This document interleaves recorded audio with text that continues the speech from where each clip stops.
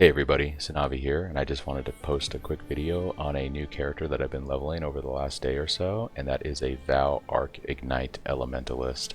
I am indeed revisiting my build from 3.25. There were some considerable changes to Elementalist Ascendancy, and I kind of wanted to see how it would play with those changes, and so far I've been pretty happy with the turnout. I think I've improved the build quite a bit, and yeah, I basically just wanted something that could farm Expedition pretty easily. Expedition, when you're playing something like Extreme Archaeology, it's nice to have a build that can explode or proliferate all those monsters because they can get pretty dangerous. So yeah, something like Vaal Arc that just kind of blasts the whole screen and spreads my ignites everywhere is a really nice way to do this. So I'm going to show you a quick map. I've just been running some beach maps. I like the layout. And then after we do the map and you see the gameplay, I'll go over my character a little bit. I'll go over my mercenaries. You can see what I'm doing with them. And then we'll do a little bit of a deep dive into the updated POB, which will be linked in the description of the video. So let me go ahead and just get this map started.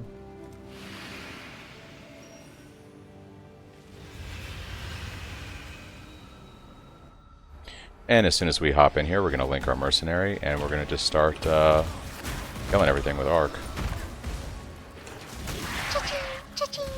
See those nice pops there. And unless anything crazy drops, I'm going to kind of just rush through the map here so you can just see what the gameplay is like.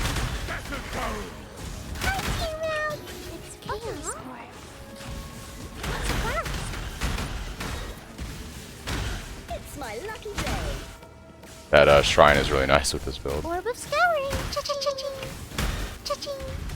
When we're doing Expedition, really the only thing we're concerned about is immune to fire and lightning damage and immune to like ignites and shocks, which I don't really see any of that right now. So we're going to go ahead and just plop down our Expedition thingy, let it do the big boom, and then we're just going to go ahead and attack everything.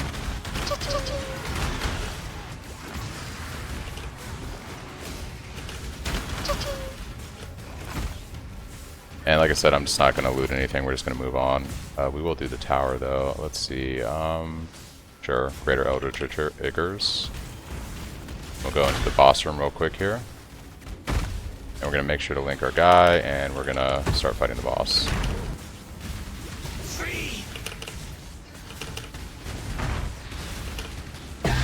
Okay.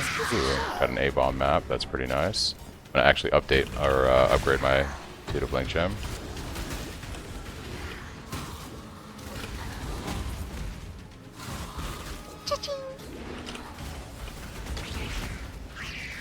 Go ahead and pop this strong box. Hire me, I'll move on. I'll charge about a minute. And then we got the mercenary to round out the map here.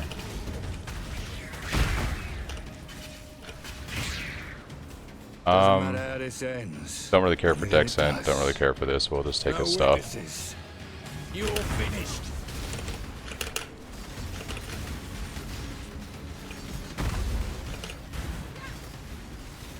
Got Frost Shield. There we go. Not worth dying over. Take it. So, yeah, let's talk a little bit about the character and the build. So, I am running Vaal Arc, like I said, currently on a 6 link. I'm using like added lightning damage support, but I've actually changed this in the POB, so it'll be updated when you pull that from the description. I think burning damage is going to sim better. And then Unbound Ailments, Cruelty, Deadly Ailments, and Swift Affliction. We are running 3 uniques. The first one is Martyr of Innocence. This is a really nice staff for this build. It really scales a lot of increased fire damage and added fire damage. We're also running Polaric Devastation in the left ring slot as it is. It covers enemies in ash for 5 seconds when we ignite them, so they're always covered in ash. And then we're running the Replica Ember Wake for that juicy ignites inflict deal damage 45% faster. And then the rest of our gear is just rare and gear with wipe and resistances, with nice implicit rolls on them, such as increased effect of non-damaging ailments, increased flammability curse effect, fizz damage taken as cold damage since we're running a Taste of Hate, fire damage over time, stuff that you would expect to see. And then we're anointing Dirty Techniques that just gives us even more ailment deal damage % faster. So yeah, let's go into the POB real quick. And I'll pull that up on the screen. Oh, my path of building actually closed. Okay, so this is the level 100 tree, but we'll go down to the level 90 budget. So yeah, you can see with no cluster jewels or no jewels allocated on the tree, so just all points on the tree, as well as just the staff and the ring, and then the rest is just rare gear, and I guess the Taste of Hate. Pretty considerably good damage.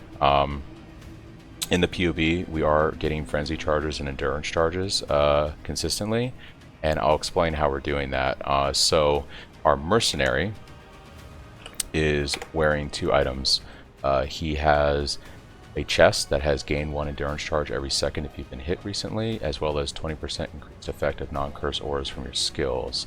And he's running determination, so that buffs his determination.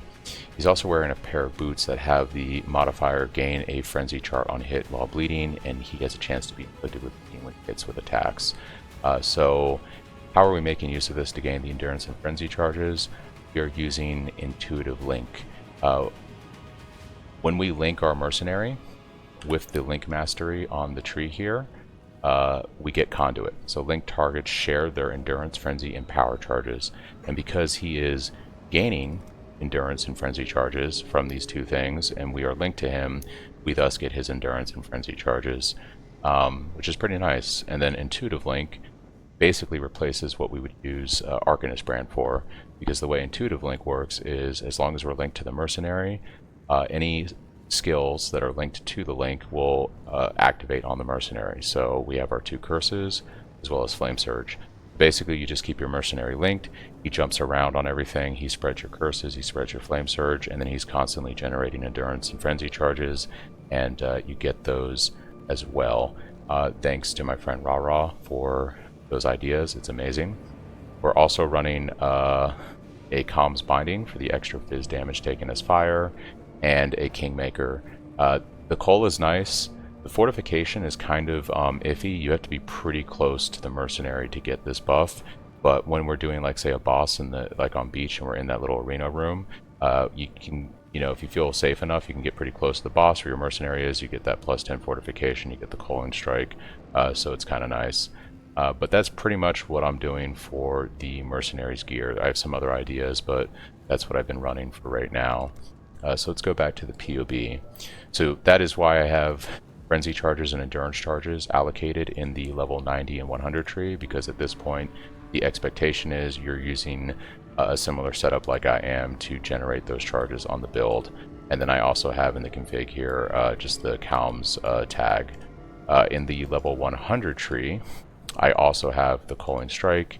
I've allocated the +10 fortification from Kingmaker, and then I've included the additional modifier from the chest that increases the effect of auras. This really doesn't do anything for us. I'm actually going to turn that off because that buffs our actual auras and not just the determination that we sim from the mercenary. So yeah, that'll be turned off. I'm actually just going to delete that from the POB. I didn't realize that till we were just talking about it.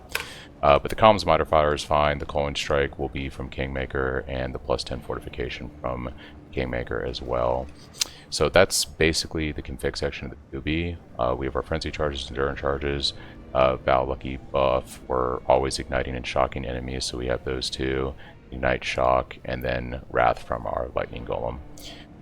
So let's go back to the level 90 budget tree.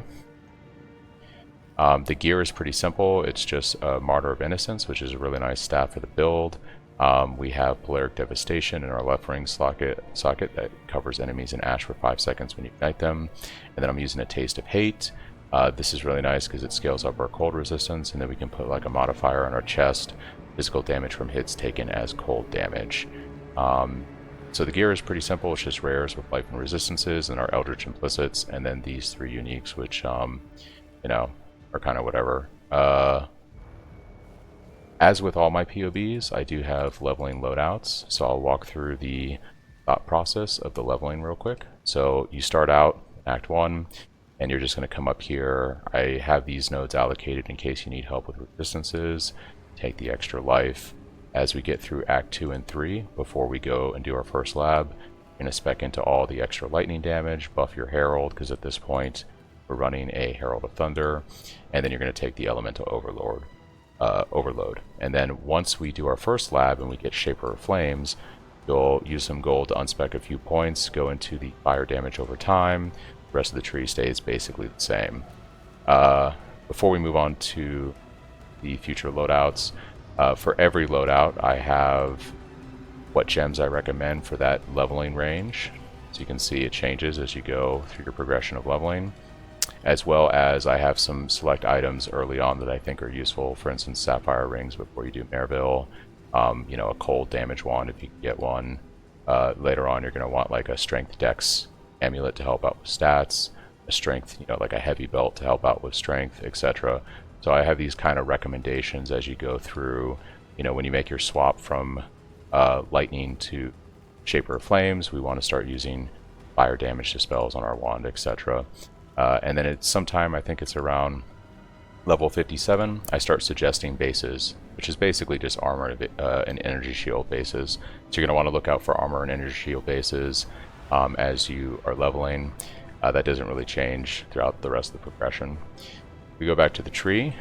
At level 32, we've done our swap to Shaper of Flames and, you know, fire damage with Ignite. Let's go to level 46. At this point, I assume you've got your resistances kind of figured out, so we unspec these two nodes, and we pick up some aura help, some life, some more fire damage. By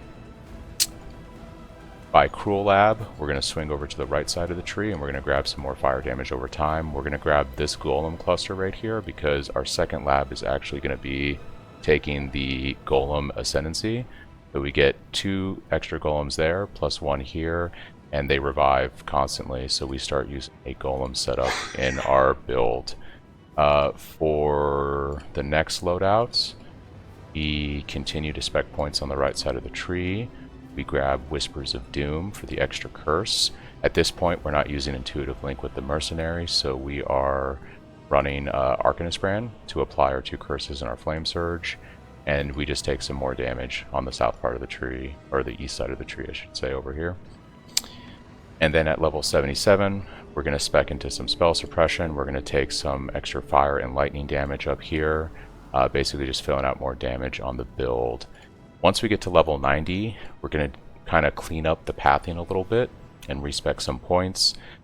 This looks a little goofy over here, but I simply wanted to avoid running cluster jewels or anything that would cost a lot of money on a level 90 budget tree.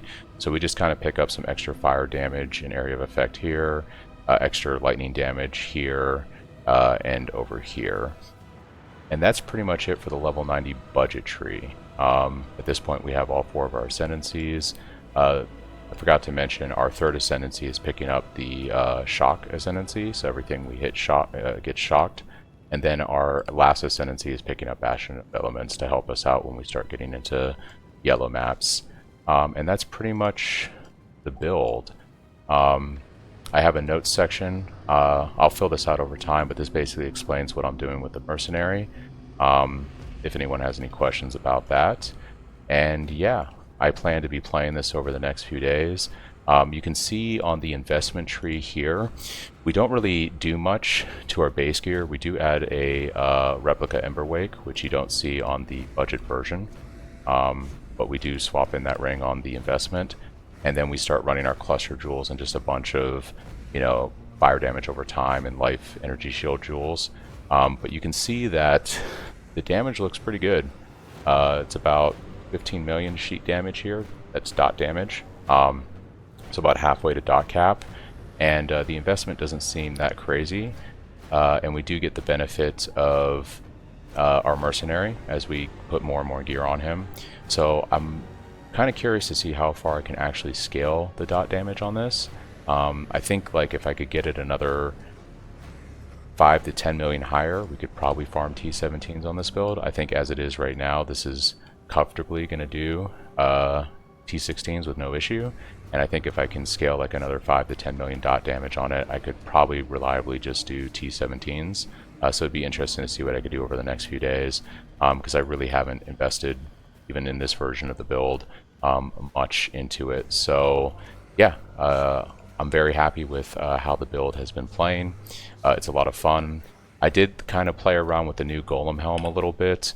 It basically just ensures that we have full Golem uptime. We don't actually get double the buff, right? So if I'm running 2 Flame Golems or 2 Lightning Golems, I don't actually get twice the buff. It just basically ensures that if one of our Golems dies, we don't temporarily lose the buff. And in my opinion, if I'm not doing something with Primordial Bond and really scaling it as a Golem build, I think it's just worth it to run a regular Helm that has lots of life and resistances and has those nice Eldritch implicits on it. But yeah, feel free to leave any questions in the comment section below. And yeah, I've had a lot of fun playing this, and I look forward to seeing where I can take it over the next week. And thank you for watching.